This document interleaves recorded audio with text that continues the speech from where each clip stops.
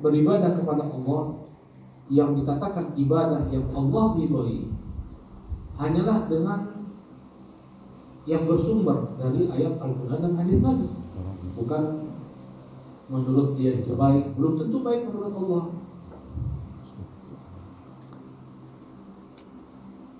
Tidak akan mungkin seseorang dia bisa meninggalkan apapun maksiat tanpa dia pelajari secara terperinci apa saja maksiat itu di sisi Allah Subhanahu wa taala, macam-macam dosa besar, apa saja macam-macam kesyirikan, apa saja ada kebiasaan orang-orang jahiliyah dulu yang diperingatkan, yang dilarang oleh Allah dan Rasulnya.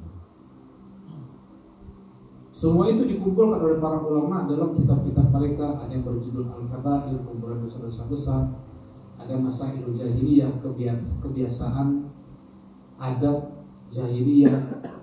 Ada macam-macam syirik, syirik besar, syirik kecil. Nah, yang Allah Subhanahu wa taala berfirman, "Wa kadzalika nufassilul ayati litastabina sabilal mujrimin." Demikianlah kami perinci ayat-ayat kami agar jelas bagi kalian jalan orang-orang jahat untuk dijauhi. Kita perlu tahu jenis macam kesyirikan secara detail untuk kita bisa waspada, berhati-hati, jangan sampai kita terjerumus di dalam demikian pula dosa-dosa besar. Alhamdulillah, mudah-mudahan Allah terima yang amal ibadah kita dan mudah-mudahan menjadi sebab dipermudahnya langkah kaki kita menuju surga Allah Subhanahu wa taala. Allahumma amin. Insyaallah pada kesempatan malam ini kita akan melanjutkan kajian kitab Riyadhus Shalihin yang masih kita dalam bab taubat.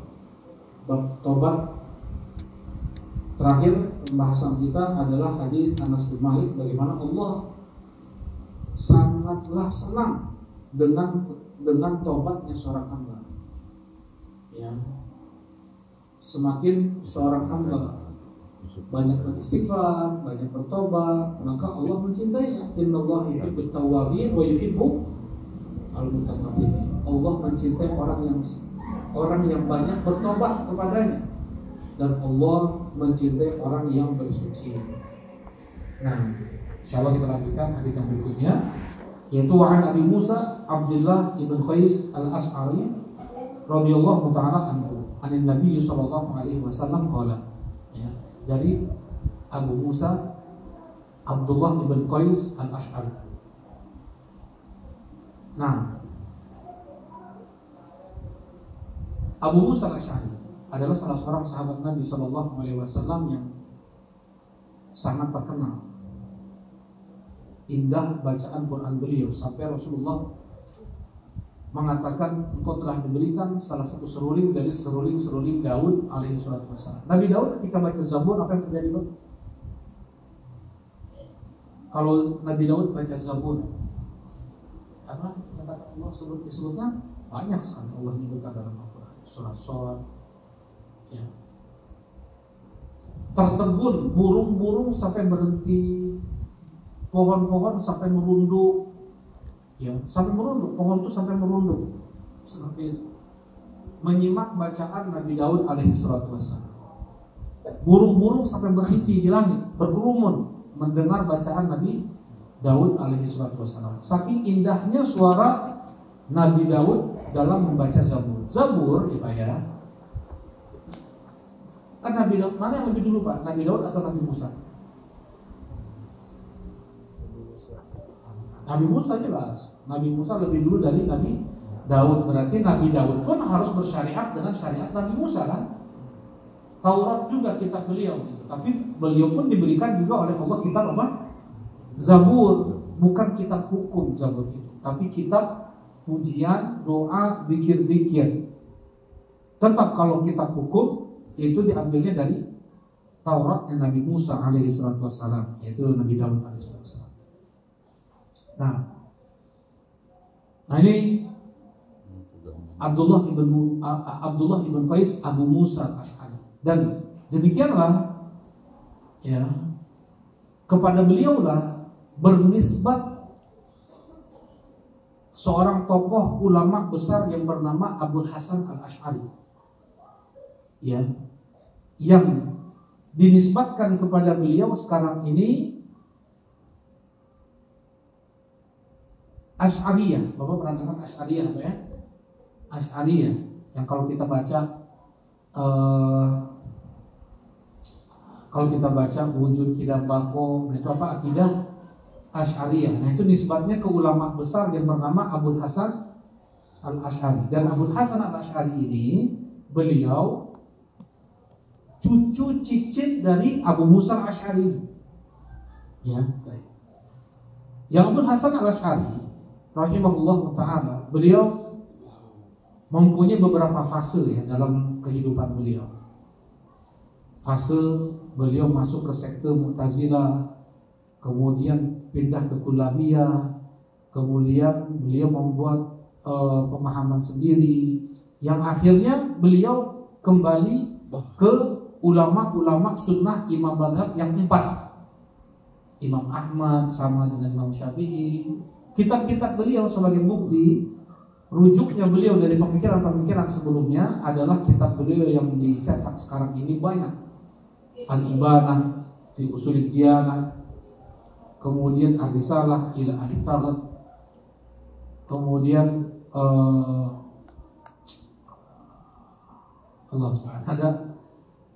ada 4 kitab Abul Hasan Al-Asy'ari rahimahullah ta'ala membela akidah pemahaman imam madhab yang 4 ya, Ahmad bin Hanbal, Syafi'i, Malik bin Anas, Abu Hanifah. Nah, jadi tidak seperti yang kita hafal, yang seperti wujud kidam bako itu tidak diimani oleh Abul Hasan Al-Asy'ari. Itu datang dari pemikiran Ar-Razi. Ya, tuh. Nah, ini sedikit tentang Abu Musa Al-Asy'ari. Beliau adalah sahabat Nabi SAW yang mempunyai kelebihan dari qiraat Quran, bacaan Qurannya. Dan suku Asy'ari itu dari Yaman. Mereka mempunyai kebiasaan, suku Asy'ari mempunyai kebiasaan, kalau sudah masuk waktu malam, rumah mereka seperti sarang lebah.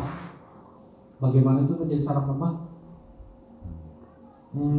Kayak gitu semua. Jadi keluarga semuanya baca Quran. Kan kalau misalnya baca Quran jadi kayak suara engan Pak ya. Di masjid bisa bapak baca Quran di masjid, jadi suaranya datar, semuanya nggak ada yang keras satu dari yang lain. Jadi seperti itulah rumah-rumah Asy'ariyun. Mereka dikenal di waktu malam itu rumah mereka seperti sarang lebah. Kemudian ketika masa paceklik, ya, mereka solidaritasnya kuat. Mereka selalu makan berjamaah, makan bareng, nggak pernah makan sendiri-sendiri. Mereka berkumpul terus.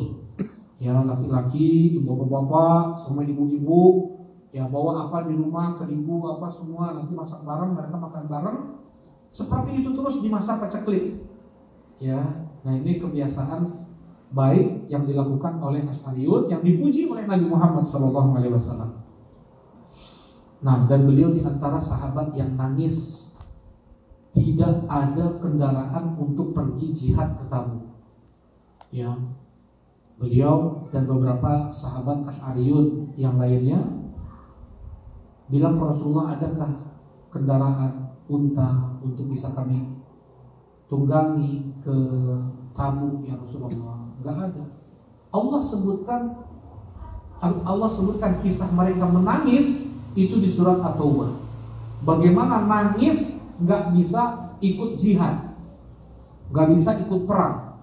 Sebagian orang senang kalau dia nggak ikut perang, ya bahkan sebagian senang kalau seandainya nggak dapat kesempatan melakukan satu ibadah gitu ya, dia nggak merasa rugi itu. Dia nggak merasa luput kebaikan, biasa-biasa aja, anteng-anteng aja. Ya, berbeda dengan mereka para sahabat yang memang hati mereka Allah jaga ya. Mereka nangis kalau tidak bisa menunaikan ibadah yang itu dilakukan oleh sebagian sahabat yang lain. Aisyah radhiyallahu taala anha ketika baru saja sampai di Makkah ya, mau haji, bukan haji tamattu ya. Kalau haji tamattu kan umroh dulu, haid beliau, jadi nggak bisa menunaikan umroh, hanya bisa menunaikan haji. Rasulullah SAW para sahabat mau pulang ke Madinah, Datang ke Aisyah, nangis Aisyah. Kenapa nangis?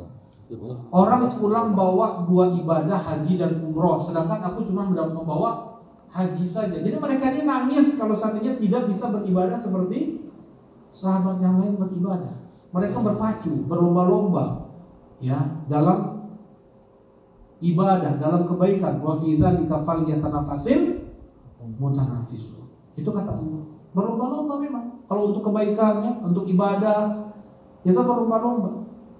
Nah, dan bahkan kita sedih. Wirid yang biasa kita lakukan ya, misalnya Bapak biasa sholat tahajud, Bapak biasa sholat tahajud, ada 11 rakaat atau 7 atau 5 yang dawam, terus yang sering gitu. Berapa Pak? Berapa rakaat? Kadang 9, kadang 7, 11 terus, 7 ya. Berapa Pak? 8 dengan witir Pak, dengan witir 11 tadi, Masya Allah 9. Mungkin ada yang terus mendawamkannya bisa 9, jarang-jarang 11. Ada yang mendawamkannya kadang 5, jarang-jarang 11 lah, kayak gitu. Kadang luput misalnya ketiduran. Ya misalnya luput ketiduran, atau dia memang sakit sehingga dia berat untuk sholat. Rasanya gimana pas subuh? Dan pas adzan subuh dia nggak dapat, ya luput, waktunya udah habis kan nggak bisa dia kerja lagi. Ya, gimana rasanya? Kan ada penyesalan, ada yang hilang. Ya, nah itulah hati yang masih hidup. Itu hati yang sehat. Kalau dia nggak merasa ada yang hilang, ada yang luput, nggak merasa rugi, itu hatinya sedang sakit atau bahkan sudah mati. Tanda kita mau meriksa hati kita masih hidup atau enggak. Ya, kalau wirid biasa yang kita lakukan itu kemudian luput dari kita, ya luput dari kita. Kalau kita nggak merasa rugi, kita enteng-enteng aja, nggak merasa. Misalnya Bapak dapat orderannya, orderan 10 jutaan misalnya, luput, asal rugi gitu ya, asal rugi misalnya. Nah ini lebih daripada itu sebenarnya ibadah, Pak ya. Nah kalau dia merasa rugi berarti hati masih hidup. Dan hatinya sehat, bagus.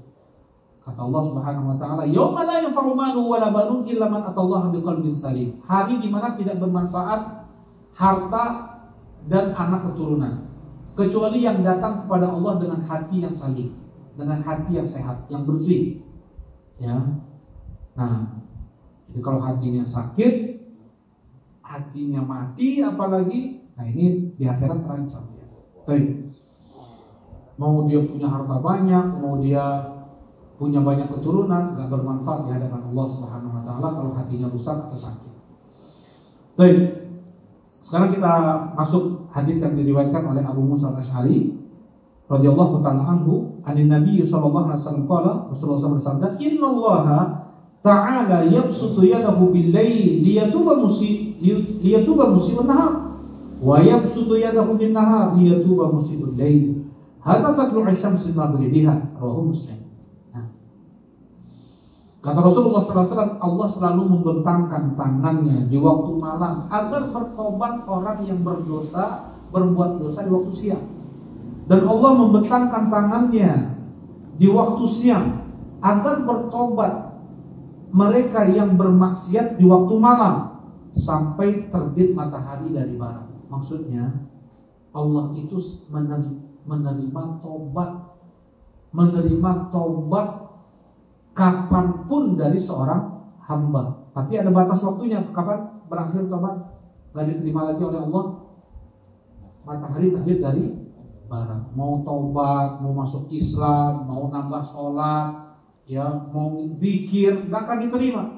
Allah Subhanahu wa taala berfirman, "Yauma la yanfa'u nafsan imanuha lam takun amanat min qablu au kasabat fi imaniha khairan." Hari di mana tidak lagi bermanfaat iman seseorang yang dia belum beriman sebelumnya atau mau menambah amal dari keimanannya, enggak manfaat.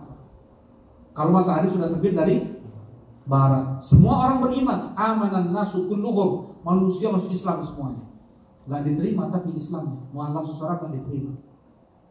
Ya, nah dengan ayat ini nggak boleh kita kecil hati, putus asa, putus harapan untuk mendapatkan ampunan Allah Subhanahu wa taala. Sejahat atau sebanyak apapun dosa kejahatan yang kita lakukan, maksiat yang pernah kita lakukan, Allah Maha menerima taubat kapanpun. Tong diengke-engke, ya. Jangan ditunda-tunda. Banyak orang menunda-nunda maksiat yang akhirnya apa? Gak sempat tobat. Menunda-nunda apa tadi? Menunda-nunda tobat. Salah tadi ya, menunda-nunda maksiat. Menunda-nunda apa? Tobat. Salah tadi. Baik. Sebagian orang mereka menunda-nunda tobat, akhirnya belum sempat tobat, udah mati duluan. Ya. Mati duluan. Gak sempat. Coba mati dalam keadaan berjudi, mati dalam keadaan berzina. Ada nggak orang kayak gitu? Mati dalam keadaan bermaksiat, ada nggak? Ya, banyak. Overdosis misalnya, mati. Ya, dalam keadaan mabuk-mabukan, mati. Dalam keadaan berjudi, masih kartu dipegang di tangannya nih, kejam, mati. Dalam keadaan dia berzina, tidur di atas perut istrinya, di atas perut apa? Perempuan berzina, mati. Alhamdulillah. Dalam keadaan enggak sempat mengucapkan astagfirullah, enggak sempat dia mengucapkan atubu ilaik. Ya, enggak ada permisi dulu kematian, makanya permios badai ya nyambut nyawa itu enggak ada. Alhamdulillah. Mudah-mudahan Allah berikan kita husnul khatimah, ya, baik, akhir yang baik, mudah-mudahan Allah kasih. Ya, dan nggak ada yang tahu bagaimana akhir hidup kita. Karena itu jangan sekalipun ditunda-tunda. Maunya besok bertobat, malam itu udah mati. Makanya malam itu dia bertobat. Allah membentangkan tangannya di malam hari agar bertobat orang yang berdosa di siang hari. Emang kita setiap hari, setiap malam berdosa itu Pak? Ya. Apa contohnya dosa? Gimana misalnya? HP, insya Allah. Betul, HP bermaksiat ya. Dia melihat aurat wanita, tangan wanita, leher wanita, ya, kecantikan wanita, maksiat itu Pak. Harusnya kan ditundukkan pandangan kan? Kata Allah Subhanahu wa taala di surat An-Nur, ya, karena itu bisa menjaga kemaluan. Kata Rasulullah SAW, siapa yang bisa menjaga lisan dan kemaluannya, aku jamin surga. Ya, baik. Apalagi maksiat, apalagi dosa yang dilakukan setiap hari setiap malamnya adalah dengan dia tidak mensyukuri banyak nikmat Allah Subhanahu wa taala yang terlimpah ruah kepada dia. Mau syukur gimana? Dia tahu sadar nikmat Allah aja enggak. Gimana mau syukuri? Berarti dia enggak bersyukur, dosa tuh. Kemudian ketika dia apa tadi? Kemudian ketika dia beribadah tidak dengan sepenuh hati. Sedang sholat masih ingat rumah, sedang sholat masih ingat pagawean, sedang sholat masih ingat macam-macam. Ya, tubuhnya aja, jasadnya aja di sini, ruhnya nggak di situ. Banyaknya seperti itu. Hatinya nggak di masjid, berkelana ke sana sini, tubuhnya aja di masjid, kosong. Jadi orang ruku. Kayak ini loh, kayak apa namanya? Siap, gerak, balik kanan, gerak, kayak gitu tuh. Apa? Baris berbaris ya. Kayak baris berbaris pramuka. Jadi gak ada rasa ibadahnya, gak ada di masjid teh. Ya. Siap, gerak, ruku. Bangun, gerak, istidah. Gak ada nilai ibadahnya sebagian. Ya. Nah kita maksudnya ketika kita beribadah tidak sepenuh hati, maka itulah pun kita berdosa. Rasulullah SAW habis sholat apa yang diucapkan Pak? Pas istighfar. Emang sholat maksiat sholatnya? Sampai istighfar. Orang maksiat aja nggak langsung istighfar ya Pak ya. Ini mah Rasulullah SAW habis sholat istighfar. Habis menunaikan haji, kata Rasulullah SAW, kata Allah Subhanahu Wa Taala, "Tsumma afidu min haitsu afadha nas wastaghfirullah." Kemudian berifadahlah kalian. Jadi dari Arafah, kayak dari zuhur sampai maghrib, doa nangis-nangis nih orang-orang. Nabi Muhammad, para sahabat nangis-nangis 6 jam kurang lebih, sampai 7 jam nangis-nangis berdoa kepada Allah. Habis maghrib kata Allah, afidu, pergi kalian ke Musdalifah, jalan kaki. Wastaghfirullah, dan minta ampun kalian. Baru nangis-nangis minta ampun itu. Di Arafah suruh minta ampun lagi, suruh istighfar lagi. Coba. Ya, Rasulullah SAW habis sholat beristighfar 3 kali, merasa tidak sepenuhnya beliau memberikan hak Allah dalam ibadah itu. Masih kita lalai dalam ibadah, nggak sepenuh hati kita datangkan. Di situ makanya istighfar banyak ya Pak ya. Selesai beribadah itu Rasulullah mengajarkan kita untuk beristighfar itu banyak. Coba itu istighfar, itu apa? Itu ibadah. Setelahnya istighfar. Coba. Gimana dengan perkara mubah, apalagi maksiat? Sebagian orang menunda apa?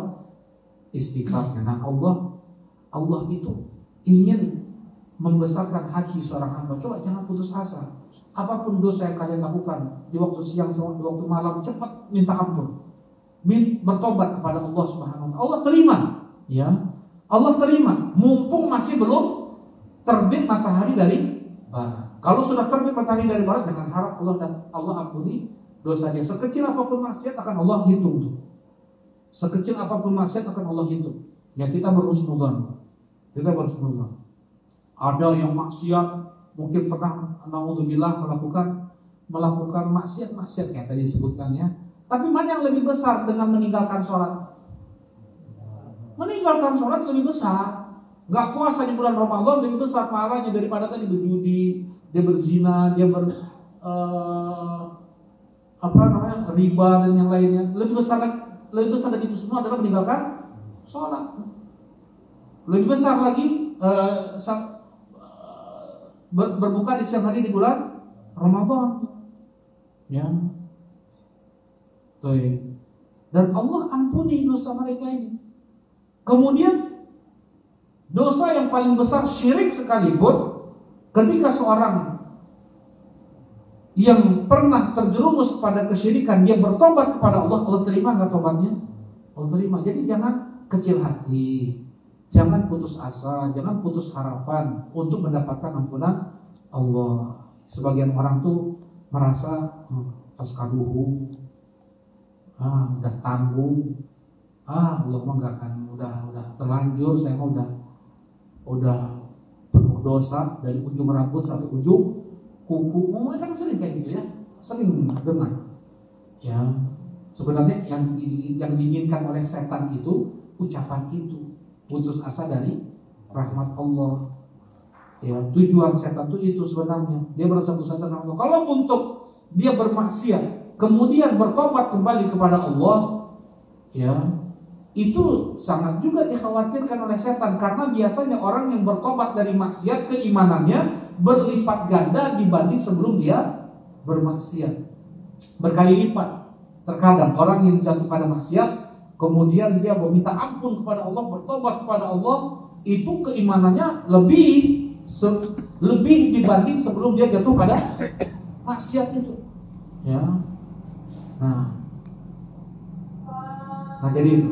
Nah, ini yang hadis ini ya. Kemudian dikuatkan juga dengan riwayat Abu Hurairah setelahnya. Qala Rasulullah sallallahu alaihi wasallam, "Man taba qabla an tatlu'a asy-syamsu maghribiha taballahu alaihi." Siapa yang bertobat sebelum terbit matahari dari barat, maka Allah terima tobatnya. Ya, kalau kita bertobat tuh pasti diterima tobatnya, Pak. Cuman tobat kita sudah terpenuhi belum syarat-syaratnya. Kalau tobat mah pasti diterima, tapi kita sendiri kan kita nggak ada yang jamin, tobat-tobat kita kemarin itu udah diampuni oleh Allah, Pak ya. Nggak ada yang jamin. Kenapa? Karena Allah mah pasti menerima tobat. Sekarang di kitanya nih, kita sudah penuhi belum syarat-syarat tobat itu? Apa syarat-syarat tobat, Pak? Apakah Ridwan syarat-syarat tobat? Tidak mau. Ya? Apa Pak? Menyesal. Tidak ngulang. Iya, bertekad. Jadi kayak gini, bukan itu. Nanti saya singgung, Pak. Yang pertama apa tadi? Dia meninggalkan maksiat itu karena Allah. Ya. Misalnya ada orang nggak korupsi, awur katewak. Kalau kayak gitu mah dia bukan meninggalkan maksiat karena Allah. Ya, dia nggak mau masuk ke narkoba karena nggak ada uang atau karena takut ditangkap. Yang seperti ini apa? Bukan karena Allah. Dia meninggalkan maksiat tersebut nggak dapat pahala. Ya, tapi harus meyakini itu adalah haram, diharamkan oleh Allah, baru dikatakan dia bertobat. Yang pertama, harus tobatnya itu karena Allah, bukan karena cibiran manusia, karena takut atau karena gak ada uang. Nah, ini pertama. Yang kedua, dia berhenti maksiat. Pada saat itu dia berhenti. Ya. Kalau masih pada saat itu dia mengkonsumsi sampai berjudi tobat lah gampang. Nah, itu dia gak bertobat itu. Dia harus tinggalkan tobat. Dia harus tinggalkan maksiat itu. Kemudian ini yang kedua. Yang ketiga adalah dia menyesal. Harus ada rasa nyesal dalam hatinya. Jatuh dia pada maksiat, padahal saya sudah berusaha untuk meninggalkannya. Saya terbelenggu lagi dengan maksiat ini. Jadi itu udah menyesal namanya, udah menyesal. Yang keempat adalah bertekad untuk tidak mengulangi lagi. Tadi kata Bapak, maksudnya apa? Dia bersungguh-sungguh, dia sudah berupaya berjanji sama Allah untuk tidak mengulangi lagi. Tahunya jatuh lagi. Yang seperti ini tidak menghilangkan syarat tobat. Ya, bisa jadi dia jatuh lagi. Tapi sebelumnya dia sudah bertekad kuat, penuh, jujur untuk tidak mengulangi lagi maksiat tersebut. Ternyata dia jatuh lagi. Ini mah maksiat yang berikutnya. Ya, yang sebelumnya sudah dihapuskan oleh Allah Subhanahu wa taala. Allah sudah terima tobatnya, udah bersih lagi nih. Ya, ketika dia jatuh lagi pada jurang yang sama, lemah imannya pada saat itu, ini baru lagi tertulis dosanya. Tidak artinya dia tidak dikatakan dia tidak bertobat, itu maksudnya. Ya, jadi ada 4 syarat. Syarat yang kelima disebutkan para ulama ini. Apa namanya? Belum terbit matahari dari barat. Baik. Kemudian kita masuk hadis yang berikutnya. Anzir bin Hubaysh. Qala ataitu Sufyan bin Assar radhiyallahu ta'ala anhu as'aluhu 'anil masih ala khuffain.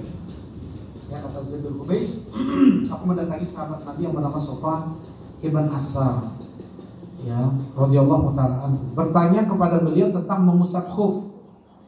Mengusap khuf, apa maksudnya mengusap khuf, Pak? Pas apa itu? Mengusap khuf itu apa? Khuf itu alas kaki yang menutup mata kaki. Setiap alas kaki yang menutup mata kaki itu namanya khuf. Kalau alas kaki yang tidak menutup mata kaki itu namanya na'al, namanya sandal. Kalau yang menutup mata kaki itu namanya khuf. Baik. Ada keringanan Allah berikan untuk mereka yang memakai khuf, tidak mencuci kaki ketika berwudu, cukup hanya dengan mengusap khuf. Apa syaratnya? Sudah bersuci sebelum pakai. Sudah dicuci, bukan sudah dicuci. Sudah bersuci, betul apa namanya? Sudah bersuci, dia dalam keadaan berwudu ketika memakai khuf tersebut. Dia wudu dulu, setelah wudu baru dia pakai khufnya. Batal, misalnya batal untuk wudu berikutnya, nggak perlu dia buka khuf, cukup dia mengusap apa? Bagian atas khufnya, cukup usap seperti itu saja. Ini penting Pak ya, ketika Bapak umroh atau safar keluar negeri di atas pesawat, ya susah untuk tayamum. Banyak imam mazhab tidak membolehkan untuk bertayamum dengan jok karena itu bukan asli dari tanah. Ya, itu sintetis. Jadi nggak bisa tayamum dengan jok itu nggak bisa. Ya, mereka mensyaratkan ini mazhab Syafi'i, mazhab banyak ini. Jadi mereka membolehkan bertayamum itu dengan minimal batu. Ya, baiknya apa? Tanah atau debu. Ya, pasir juga boleh. Tapi kalau yang sintetis bentuknya kayak ini, ya, karpet, kecuali memang berdebu. Kan kalau kita bawa kita buka karpet ini bawahnya banyak debu, boleh. Kalau di atasnya boleh nggak? Nggak ada. Nggak ada debunya. Ya, nggak ada debunya, nggak boleh kita bertayamum. Jadi gimana? Sebelum naik pesawat pakai khuf. Nanti di atas pesawat kan bisa kita kamar mandi untuk cuci-cuci muka kan boleh ya Pak ya? Ya, nggak banyak betul air, cuma satu kali aja, kumur satu kali, istinja satu kali, cuci muka satu kali, tangan satu kali, kepala satu kali, kemudian mengusap khuf. Bisa kan? Ya, itu lebih mudah, malah lebih baik. Ya, kalau sampai cuci kaki kan becek gitu. Ya, dan itu tidak diizinkan oleh maskapai, itu nggak diizinkan. 500 orang wudu itu semua ke situ. Ya banjir atau mana? Tapi enggak, ya udah ada perhitungannya mereka semua. Intinya sih pakai khuf itu yang terbaik. Ya. Berapa lama Pak untuk yang mungkin boleh mengusap khuf? 1 hari 1 malam. Mulainya kapan Kak Ridwan? Salah. Sejak berwudu, sejak pertama kali mengusap khuf. Misalnya Kak Ridwan pakai khuf pas wudu sholat subuh. Setelah wudu sholat subuh pakai khuf. Ya. Tapi kan enggak pertama ngusap kan? Kita pertama ngusapnya nanti pas wudu sebelum sholat zuhur. Ya, nah dihitungnya dari sholat zuhur, bukan dari sholat subuh. Pertama ngusap, hitungnya dari pertama kali ngusap. Nah, untuk besok zuhur harus lepas khuf, harus dicuci kaki, kayak gitu. Jadi nggak boleh mengusap khuf lagi, nggak boleh. Ya karena sudah habis waktunya. Kecuali nggak batal. Dia pas sholat duha jam 9, dia masih mengusap khuf, boleh nggak? Boleh. Nanti pas sholat zuhur belum batal, boleh dia sholat duha dengan wudu pas sholat duha, seperti itu, ya. Baik. Kecuali dia musafir. Kalau musafir berapa hari?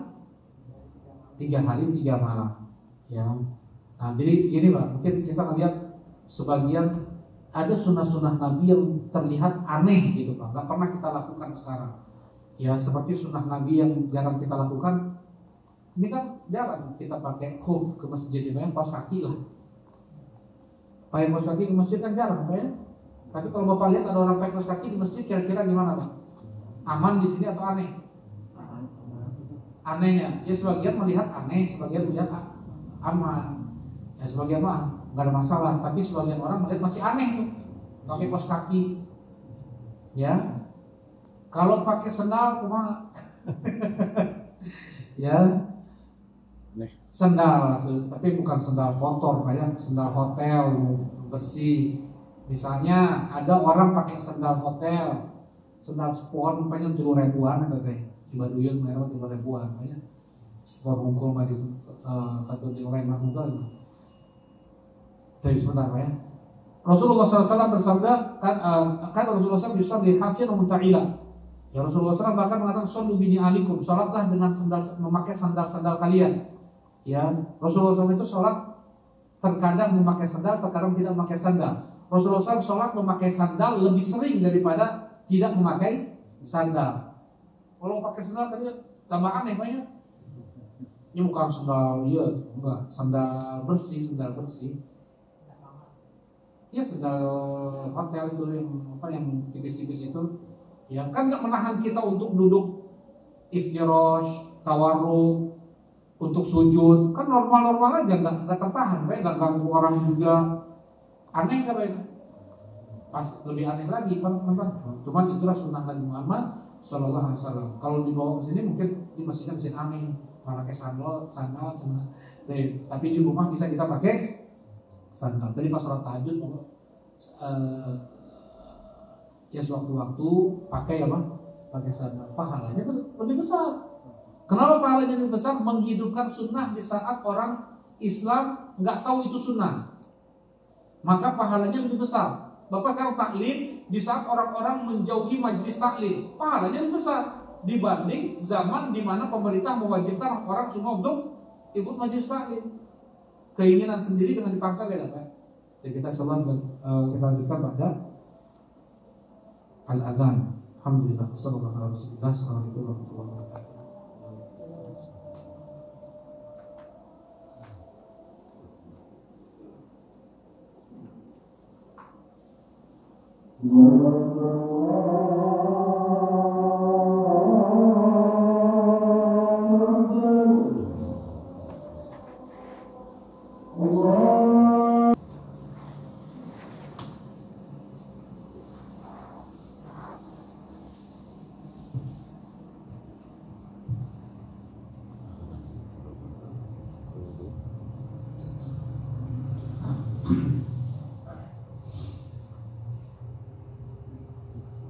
Alhamdulillah, wassalatu wassalamu ala Rasulillah, amma ba'd. Dan kita lanjutkan kajian kita Riyadhus Shalihin yang masih kita di hadis Zaid bin Hubaysh qala ataitu Safwan bin Asal radhiyallahu ta'ala anhu as'aluhu 'anil mas'al al-khuffain. Aku bertanya kepada Safwan ibn Asal radhiyallahu ta'ala anhu tentang mengusap khuf. Yang seperti ini ditanyakan ya Pak ya, karena tentang agama kita. Apa itu yang penting untuk agama kita wajib untuk kita tanyakan. Tapi kalau yang gak penting untuk agama jangan ditanyakan. Ya, misalnya bertanya tentang hikmah takdir itu gak perlu ditanyakan. Kenapa si fulan seperti ini? Kenapa takdir Allah seperti itu? Itu gak boleh ditanyakan. Itu rahasia Allah. Ya, al-qadar sirrullah fala takshifuha. Takdir itu rahasia Allah, jangan coba kalian untuk menyingkapnya. Gak boleh kita bertanya tentang bagaimana sifat Allah, ya, sifat-sifat Allah itu kayak gimana, membayangkannya, menyerupakannya, makhluk hukumnya apa? Haram, ya. Atau mungkin yang nggak ada manfaatnya sama sekali, seperti apa jenis tongkat Nabi Musa dari kayu apa, ya. Kemudian anjing yang bersama Ashabul Kahfi jenisnya apa, warnanya apa, itu untuk apa ditanyakan? Enggak menambah apa? Enggak menambah keimanan kita. Jadi ada pertanyaan-pertanyaan yang dilarang dalam Islam. Nah, wa kariha lakum kathratus su'al. Allah membenci dari kalian untuk banyak bertanya. Tapi pertanyaan apa? Pertanyaan-pertanyaan yang berbahaya kayak tadi, nanya tentang takdir, nanya tentang sifat-sifat Allah, yang itu nggak boleh. Yang untuk takdir kita hanya imani saja. Demikian juga tentang sifat-sifat Allah, wajib kita untuk imani saja. Nggak boleh kita serupakan Allah dengan makhluknya. Kita meyakini Allah Maha mendengar, Maha melihat. Pendengaran Allah, penglihatan kita tidak seperti pendengaran Allah, ya, tidak seperti pendengaran kita. Penglihatan Allah tidak seperti penglihatan makhluk. Allah tidak seperti sesuatu apapun. Nah, kalau untuk pertanyaan yang itu mungkin terjadi terkait tentang agama terlebih, maka wajib untuk ditanyakan. Allah Subhanahu wa taala berfirman, "Fas'alu ahlal dzikri in kuntum la ta'lamun." Bertanyalah kalian kepada para ulama andaikan kalian tidak tahu. Nah, ini tentang khuf nih. Ya, tentang khuf. Mengusap khuf, ya. Bahkan memakai khuf saja ketika sholat termasuk dari sunnah yang dilupakan. Namanya as-sunan al-mansiyah, sunnah-sunnah Nabi Muhammad SAW yang dilupakan. Juga diantaranya sholat memakai sutra. Apa sutra? Pembatas ya, pembatas di depan. Ya, sebagian ulama memasukkannya syarat sah sholat. Kalau nggak pakai sutra nggak sah. Ya, kata Rasulullah SAW, "Idza wada'a ahadukum baina yadayhi mithl muakhiratir rahim falyusalli." Apabila salah seorang di antara kalian telah meletakkan di depannya setinggi seseorang bersandar di atas untanya. Jadi kalau pelana unta beda sama pelana kuda. Kalau pelana kuda kan nggak ada sandaran ya Pak ya, nggak ada belakangnya. Ya kalau unta ada, itu setinggi satu hasta. Sandaran pelana unta. Kata Rasulullah SAW, apabila salah seorang di antara kalian sudah meletakkan di depannya pembatas setinggi muakhiratul rahil, setinggi tempat sandaran kalian di untanya, maka sholatlah. Nah, ini seperti syarat oleh Nabi, sholatlah kalau sudah pakai. Kalau belum jangan dulu sholat. Ya, nah sebagian ulama mengatakan itu syarat. Syarat sah sholat adalah sutra, dan itu pun banyak juga tidak diamalkan oleh banyak kaum muslimin. Ini adalah sunnah yang mulai dilupakan. Ya, dan pahalanya jauh lebih besar. Rasulullah SAW kemana-mana bawa tombak kecil. Tujuannya untuk apa? Sutra. Beliau sholat terkadang di mana, sholat duha ketika pergi keluar Rasulullah sholat di situ. Ya, ditancapkan tombak kecil sebagai sutra. Ya. Banyak lagi sunnah-sunnah yang dilupakan ya, oleh kaum muslimin. Dan ketika kita mengamalkannya, pahala yang Allah berikan itu lebih daripada banyak ketika banyak kaum muslimin mereka sudah mengamalkannya. Jadi pahala menghidupkan sunnah Nabi Muhammad Sallallahu Alaihi Wasallam yang sudah mulai dilupakan oleh kaum muslimin. Baik. Ya. Faqala ma ja'a bika Yazid? Faqultu ibtigha' al-'ilm. Kemudian Sofwan bertanya, apa yang membuat engkau datang ke sini wahai Zaid? Kata Zaid bin Hubaysh, mencari ilmu, mau bertanya tentang ilmu. Kata Sofwan, innal malaikata tadau ajnihataha li talibil ilmi ridan bima yatlub. Sesungguhnya para malaikat mereka meletakkan sayap-sayap mereka untuk para penuntut ilmu sebagai bentuk keridhaan apa yang mereka lakukan. Maksudnya para malaikat memuliakan, menghormati para penuntut ilmu sampai mereka jatuhkan, mereka letakkan apa? Sayap-sayap mereka. Sayap malaikat semuanya bersayap. Tidak ada malaikat yang tidak bersayap. Semuanya bersayap, cuman beda-beda sayapnya. Ada yang 2, ada yang 3. Kalau 3 di mana Pak? Satu lagi. Kalau 2 mungkin ya kanan kirinya. Hari biru di mana? Di tengah. Jika mengatos di ngawah ini. Dan buka di mana ya? Tapi yang 3 Allah alam di mana ya? Yang jelas indah ciptaan Allah itu. Ada yang 4. Yang paling banyak siapa? Berapa? 600 sayap. Jibril ada 600 sayap. Ketika dibuka satu sayapnya saja, seakan-akan mutiara berlian berjatuhan di antara sayap-sayap Jibril. Ya, nggak bisa membayangkan keindahan sayap Jibril. Ya, punya 600 sayap, tertutup ufuk karena saking besarnya Jibril alaihi salatu wassalam. Tapi pas bertemu dengan Nabi, menjelma menjadi manusia, nggak pakai sayap. Seperti siapa? Seperti siapa? Dihyah al-Kalbi. Nah, jadi malaikat itu sangat memuliakan para penuntut ilmu. Kata Rasulullah SAW juga, di mana ada majelis ilmu, di sana malaikat memenuhi tempat tersebut. Wa haffathumul malaika, para malaikat mengelilingi mereka, para penuntut ilmu. Faqultu innahu qad hakka fi sadri al-mas'alatu fain ba'dal ghaib wal qaul. Kata tabi'in ini bertanya kepada sahabat, ya agak sedikit bertanya hatiku gelisah untuk mengusap kedua khuf setelah aku buang air kecil, setelah aku buang air besar. Ya. Wa kuntum ra'an min ashabin Nabi sallallahu alaihi wasallam, dan engkau termasuk dari sahabat Nabi sallallahu alaihi wasallam, ulama. Fajitu as'aluka, maka aku datang sengaja jauh, aku datang untuk bertanya kepadamu.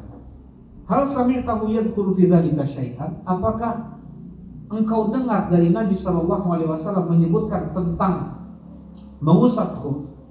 Qala na'am, karena ya'muruna idza kunna safaran aw musafirin alla nanzi' khifafana thalathata ayyam wa la yaliyahunna illa min janabah.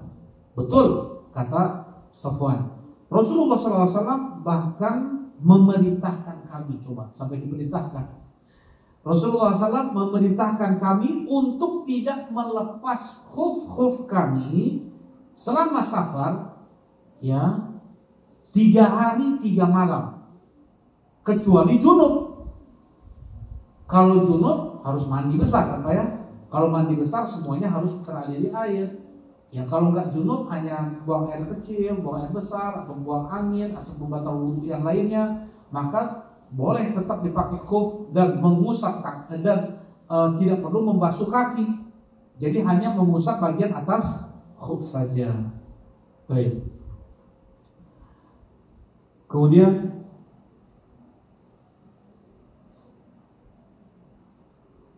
ya, lakin min ghaitin wa baulin wa naumin. Tetapi mengusap khuf itu karena sebab buang air besar, buang air kecil, atau tidur. Kan tidur membatalkan wudu ya. Fa kuntu hal sami'tahu yadhkuru fil hawa syai'an. Kemudian ditanya lagi oleh tabi'in ini yang bernama Zaid bin Hubaysh, wahai Sofwan, apakah engkau mendengar Rasulullah SAW berkata tentang hawa? Ya, qala na'am, kunna ma'a Rasulillah sallallahu alaihi wasallam fi safar. Kata Sofwan, iya, kami pernah bersama Nabi sallallahu alaihi wasallam dalam satu safar.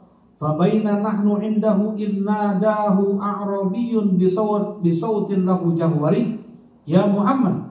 Ketika kami sedang bersama Rasulullah sallallahu alaihi wasallam dalam satu safar, ketika sedang seperti itu dipanggil Rasulullah oleh seorang A'rabi. Apa A'rabi? Orang Arab Badui. Bahasa Arabnya orang Arab Badui adalah A'rabi. Kalau orang Arab apa bahasa Arabnya? Arabi. Kalau orang itu orang Arab bahasa Arabnya Arabi. Kalau orang Arab Badui A'rabi. Ya. Dipanggil Rasulullah, ya Muhammad, dengan suara yang lantang. Boleh nggak manggil Rasulullah dengan nama?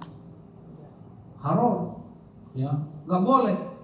Kata Allah di surat An-Nur, la taj'alu du'a ar-rasuli bainakum ka du'a'i ba'dikum ba'dha. Jangan kalian panggil Rasul seperti kalian memanggil satu sama lain, nyebut nama, ya Utsman, ya Ali, ya Umar. Nggak boleh. Manggil Nabi dengan nama, ya Muhammad, nggak boleh. Tapi namanya juga Arabi. Arabi ini dia tinggalnya sesama mereka keluarga saja, jadi nomaden ya. Mereka tidak bermasyarakat. Kalau tidak bermasyarakat berarti kurang apa? Kurang tata keramanya, ya. Nah, dipanggil Rasulullah pakai nama langsung, ya Muhammad, seperti itu.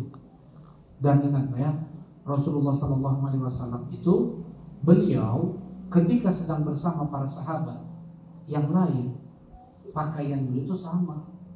Enggak serban beliau lebih gede daripada sahabat yang lain. Enggak baju beliau itu lebih mentereng, lebih gombrang daripada sahabat yang lain. Enggak, sama baju Rasulullah dengan baju para sahabat. Sama semua, sampai enggak bisa dibedakan. Man minkum Muhammad? Siapa di antara kalian yang bernama Muhammad? Itu biasa ketika datang utusan rombongan mana mau belajar pada Nabi SAW, ya ditanya, ada nggak di antara kalian yang bernama Muhammad?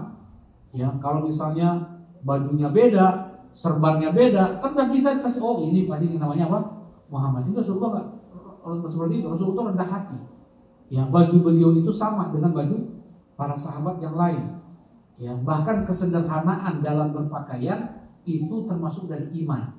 Al-badagatu minal iman. Kata Rasulullah SAW, kesederhanaan itu bagian dari iman. Jadi boleh seseorang pakai baju bagus, pakai kendaraan bagus untuk mensyukuri nikmat Allah.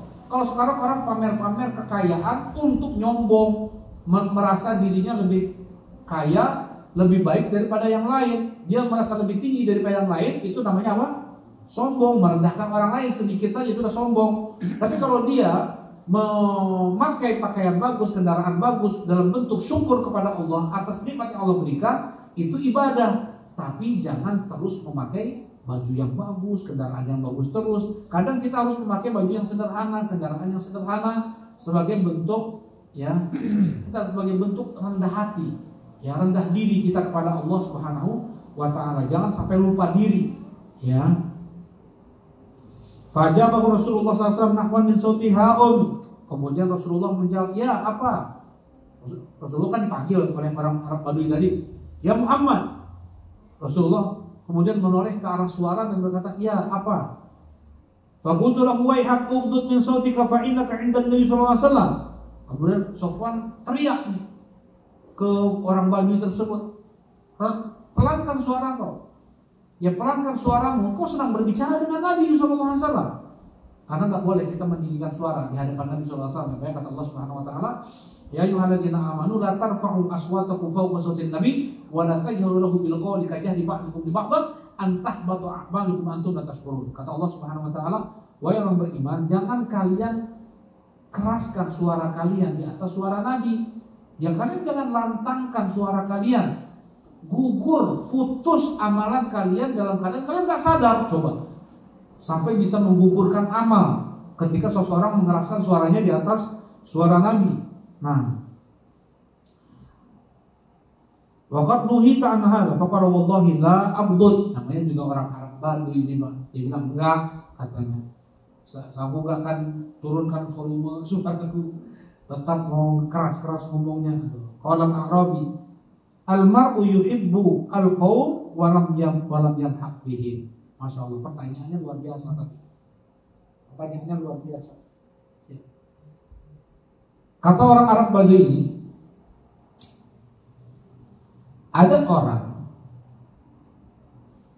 dia mencintai suatu kaum, tapi dia nggak bisa beramal seperti kaum tersebut. Maksudnya ada orang mencintai Rasulullah dan para sahabatnya, mencintai Abu Bakar, Umar, yang ada sekeliling Nabi SAW. Tapi dia nggak bisa beramal seperti amalan para sahabat tersebut, kaum tersebut. Qala Nabi sallallahu alaihi wasallam, al-mar'u ma'a man ahab yaumil qiyamah. Seseorang itu bersama yang dia cintai di hari kiamat. Ya.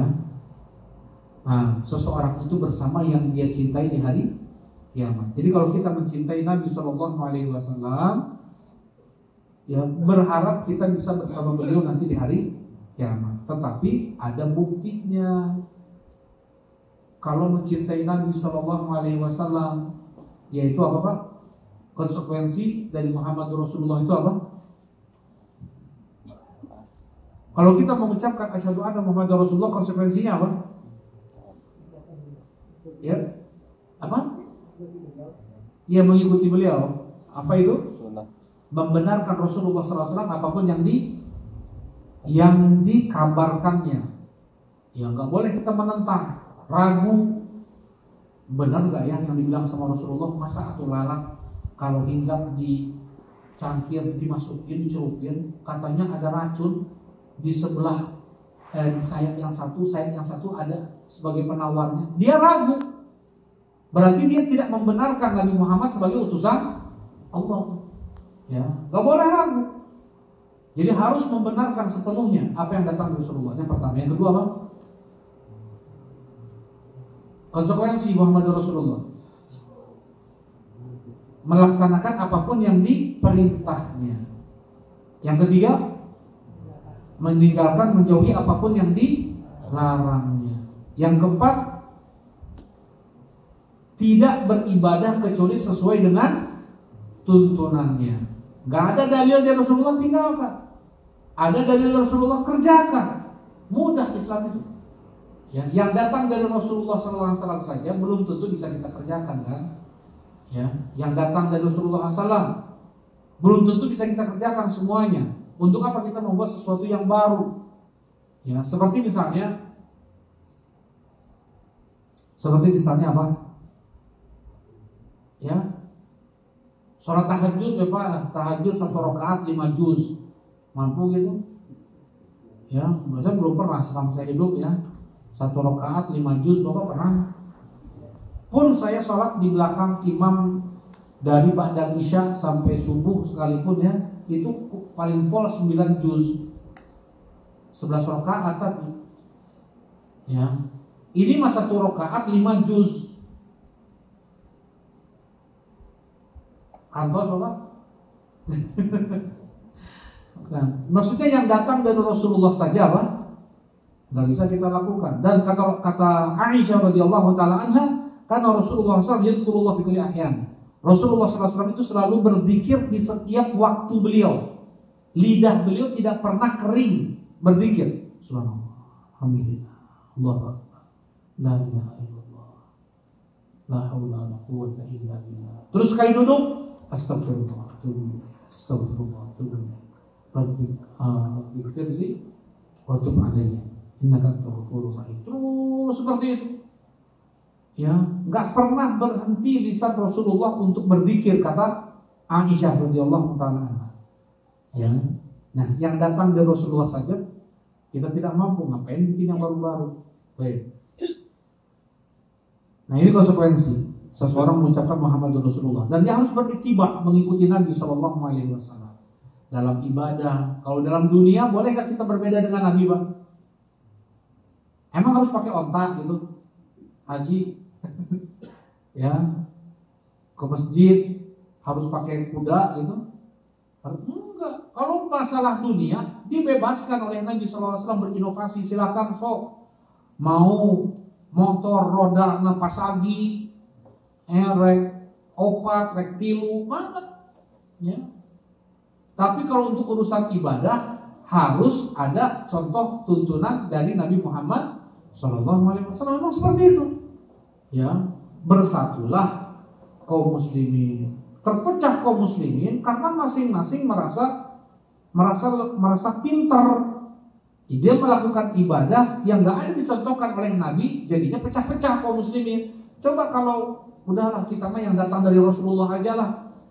Ya, kalau nggak ada datang dari Rasulullah, nggak usah kita kerjakan. Bersatu nggak kaum muslimin? Bersatu kaum muslimin. Perpecahan itu terjadi karena masing-masing merasa pintar sehingga melakukan ibadah yang tidak ada tuntunan dari Nabi SAW. Famazala yuhadithuna hatta dzakara baban minal maghrib masiratu ardihi aw yasiru ar-rakib fi ardihi 40 aw 70 aman. Qala Sufyan ahadul ruwah qibala Syam khalaqahu Allah ta'ala yawma khalaqa as-samawati wal arda maftuhan li taubah la yughlaq hatta tatlu'a asy-syams minhu. Sampai Rasulullah SAW menyebutkan pintu di barat lebarnya sejauh orang yang mengendarai unta selama 40 atau 70 tahun non-stop. Allah ciptakan pintu tersebut. Di hari Allah menciptakan langit-langit dan bumi terbuka untuk tobat yang tidak ditutup sampai terbit matahari dari barat. Ya, jadi di barat itu dibuka, ada pintu luas, lebarnya itu selama orang yang mengendarai unta 40 tahun 70 tahun non-stop. Nah, terus pintu tersebut adalah pintu tobat, terus terbuka sampai nanti matahari terbitnya dari barat, baru tertutup apa? Pintu tersebut. Intinya sih Allah Subhanahu wa taala menerima selalu tobat seorang hamba. Ya, jangan berputus asa dari ampunan Allah Subhanahu wa taala. Ya, baik. Jangan sampai kecil hati untuk mendapatkan ampunan Allah. Silakan Pak, mungkin ada yang mau ditanyakan sisa waktu kurang dari 5 menit. Ya, silakan.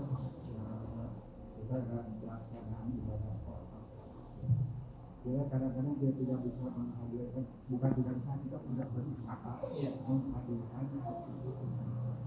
Iya. Itu ibadah kosong ya. Jadi kayak gini, bedakan antara dia sudah berusaha dan tidak berusaha. Ya, kalau sudah dia berusaha, hilang lagi, ya apa namanya? La yukallifullahu nafsan illa wus'aha. Allah tidak membebankan satu jiwa kecuali apa yang sudah dia usahakan. Apa namanya? Allah tidak membebankan satu jiwa kecuali sesuai dengan kemampuannya. Ya, baik. Cuma kita melakukan sebab-sebab, menempuh sebab-sebab untuk bisa khusyuk, ya.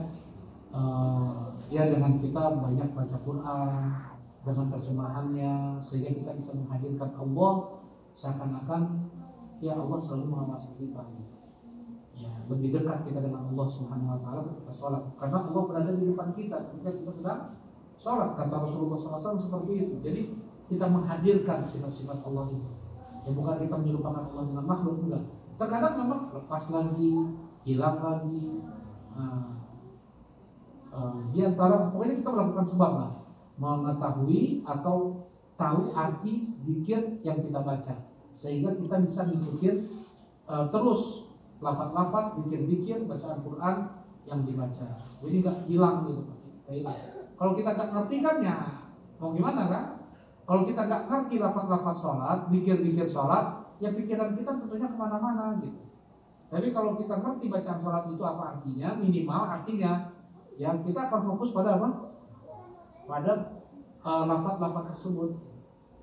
Intinya kita sudah berusaha, mudah-mudahan Allah Subhanahu Wa Taala menerima amal ibadah kita. Kalau dikumpulkan